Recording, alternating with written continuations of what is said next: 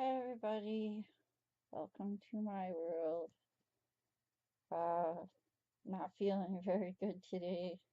Um, Sorry, I know I look like crap, and when I lay down I get like this double, triple chin thing going on. Um, actually, my glasses are hurting my face. Um, Yesterday was my 34th birthday. I got one card, woo, from my best friend Kendall down the street. But I don't know, my mom texted me happy birthday. I didn't text her back or call her, but I'm gonna tell you why in a second. But this laptop here, um, I got from Fernando, my boyfriend, as an early birthday present. That's what I've been using to make my videos. Um, I don't have nothing to do, so I figured I would make a make a uh make a video. And I kind of got like a low grade fever right now. Um, I had bronchitis. I think I'm over it, but I don't think the fever is from the bronchitis because I didn't have a fever the whole like time I had it.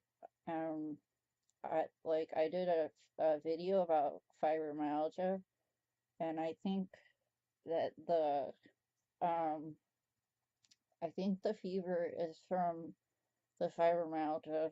Um, you can get fevers from fibromyalgia. I don't know why or how, and I haven't found a doctor yet that could tell me why or how either.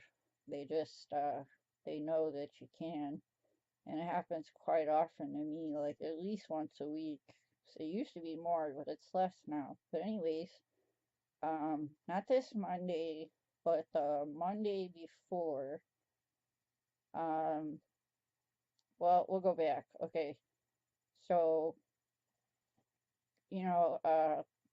remember my psychiatrist retired, and then the one they put in his place cut me off like three or four psychiatric meds, and I was withdrawing really bad for a month straight, and I was very sick. And the reason I didn't go get help um, sooner was because no one would watch my service dog Lucy, and I put a lot of time and effort into training her, and she's priceless. And I don't have $20,000 to go get a program dog. I'm on SSI disability, so that ain't gonna happen. So, I would rather just lay in bed and die than take her to the pound. Not gonna happen. She's like my daughter. So, to make a long story short, not this Monday, this week, not, wait, not this Monday, and not last Monday, but the Monday before that, I called my mom. I knew she was gonna say no, but she right away she knew I wanted some. She was like, just get to it. What do you want? I was like, I need someone to take my dog. I gotta commit myself to the psych ward at St. Catherine's Hospital. I need help. I gotta get back on my meds.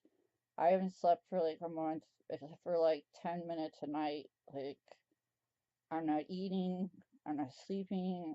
I'm afraid, I'm having panic attacks so bad. I'm hyperventilating. I can't stop crying. I'm throwing up and other things. I'm sweating. Just bad, just horrible. I wouldn't wish it on anybody. Um, and she's like, your stepdad's not gonna let me take that dog. And I think it's her. I don't think she wanted to take the dog. She's an alcoholic and she's selfish, and I don't think she cares about me or how I feel or about my dog or anything, you know? And it's always like, well, what are you gonna do for me? Like, she can't just do something out of the kindness of her heart. So I hung up. I was like, I told her off, and then I just hung up. I was like, you don't care about me. and I'm suffering, and I'm your daughter, and, you know, and then she called me back about 20 minutes later. She said, have your neighbor bring your dog and her food, and then take you to the hospital. So I was like, fine. I just hung up, and so I waited for him to get home, and we took the dog, and she was being all nice and stuff, and then I went to the hospital, and the first night I didn't see the doctor. So I'm in the psychiatric ward. I've been in there like 20 times because when I first, like 10 some years ago, when I first got diagnosed bipolar, like I was so bad I had to be hospitalized, and they put me on these meds that were too strong and they made me more manic, and I tried to like stab my boyfriend. I thought he was trying to kill me. I was delusional. The meds were making me worse. And then I would just go right back in the hospital. They put me on something else, and then they wouldn't keep me long enough to make sure I was okay, and then I would have to come right back. So it was just crazy. But I've been good for a long time until this lady cut me off all my meds, and then I'm lucky I didn't have like a psychotic break and probably any longer without sleep than I would have because bipolar's gotta sleep. So I was in the hospital for 7 days, and I had a roommate, and she was hacking and coughing like right in my face and all over our bathroom sink, and I had to touch it. And then and then so I went in, and the doctor got me back on my meds. He added some more meds and then something to sleep. So I slept for like that whole week, and it was so great. And it was nice to be around other people and relax and not have to worry about the outside world. And then, uh, so I went in Monday, and then Friday, my mom was calling my boyfriend, like, when you get off work, you come get this dog. And I know my dog wasn't causing no trouble because she's highly trained and she plays with her stuff and she don't mess with other stuff, and she's a very good dog. So I know my dog wasn't causing no trouble. My mom's just a bitch. And he's calling me like, what should I do? And at the hospital he's calling me, and I said, just tell her that I'm not supposed to be talking on the phone and I'm supposed to be resting and relaxing, and you deal with it. So he picked her up, and he said she was like low to the ground, like when he got her leash from my stepdad, she was like low crawling to the truck, and she just wanted in the truck, like, Daddy, get me home, like let me in the truck, let's go home. Like he never seen her like that before. So I don't think my mom did anything mean to her because like she raised horses and stuff when she was younger in the country. But I do think that like she's very sensitive, and I think that maybe like she felt that she wasn't welcome, so she's real sensitive and intuitive. And I think she knew that she wasn't welcome, and so I think that hurt her, so she was very upset when he picked her up. And she'd only been there like 5 days. And he said when she got home with him that she would not leave his side. Like, where's mom? You know? And he said he laid on the bed, and she just laid like all on top of him. And she doesn't, like, she'll lay next to him and, down like at the bottom of the bed. But he said she just laid on top of him, like, please don't leave me ever again, you know? My hair thingy's falling out, who cares? So, anyways, I'm a mess. I'm sick. I don't feel good. So, anyways, that lady was coughing in my face, and, so, so then, I was supposed to stay, longer than after the weekend. I was supposed to stay after Monday. Fernando's a truck driver, so he's gone during the week, and he's home on the weekend, and he had to go back to work on Monday. And, so he calls me, and he's like, your mom won't take the dog back Monday, so you're gonna have to tell the doctor you gotta go. because I'm gonna have to leave her at home when I go to work Monday.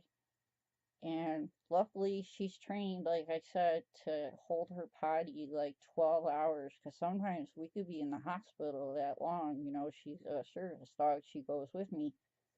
So I told him when I seen him Monday morning, the doctor, I said, hey, I know you want me to stay, but my dog's home alone because we had no choice, and my mom will take her back. And can you please get me out of here? And he said, well, it'll take a couple hours, but we could get you out of here. And I was like, oh, thank God. So I would have liked to stay longer, but I was stable and good on my meds, and I was better. So, you know, it was okay. So I came home and I opened the bedroom door and I let her out of her crate, and she was just so happy to see me, and I was so happy to see her. And she followed me, like, usually, like, she's not clingy. Like, I'll be in the bedroom and she'll be in the living room.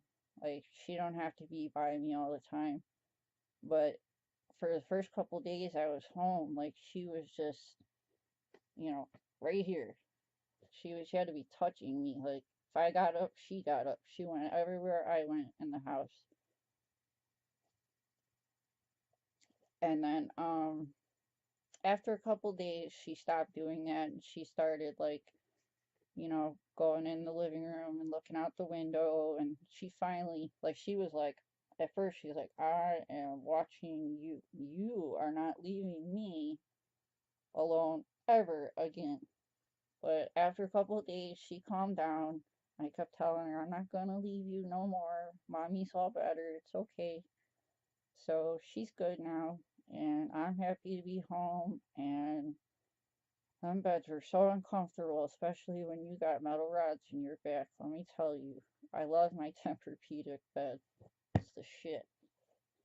So, anyways, the Monday that when I woke up Monday, my roommate was like, I had a new roommate because my old roommate got drug into the back because she was yelling at the nurses, and the back is where the bad people go.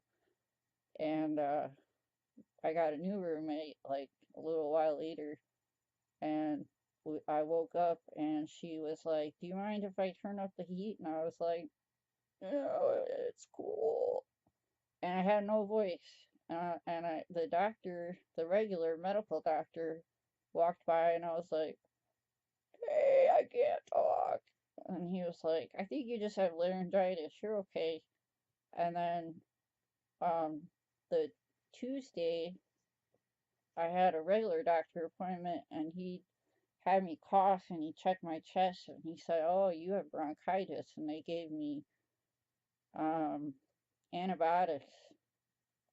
And it was only for a couple days. It's called Z-Pack. It's pretty strong. It's good for bronchitis. So I got my voice back yesterday. So I got home um this Monday. So I didn't have a voice this Monday, Tuesday, Wednesday, Thursday.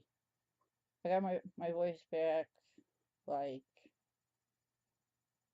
uh Saturday. Yeah. So anyways, I have a little fever right now. It's from fibromyalgia, I believe, because I don't think I'm sick with bronchitis no more. And I'm in a lot of pain, so I know I'm having like a bout of fibromyalgia, like a flare up. So just wanted to tell you guys about my fun time at the crazy house. And I got my Xanax back. I got my he gave me back my Seroquel, but he cut it in half down to 300, and it's not extended release, so I just take it at night. It helps me sleep along with Ambien and Topamax, which will help with my bipolar and my migraines. Like, it doesn't stop a migraine, but it can like prevent one from coming and help your bipolar, which is awesome because I'm sick of migraines. And if I do get a migraine, I can just take like Excedrin. You know, it's not fail safe, but there were some pretty interesting people in there. But this video is getting kind of long, and I don't feel very good. So I'll make another one, and I'll tell you some stories about my week in the hospital. So it's nice to see everybody again. I'm really happy to be home, and I don't know, have a good week. And I'll make another video soon about the interesting people at the hospital. Some of them I've been hospitalized with a couple times before. But see you later.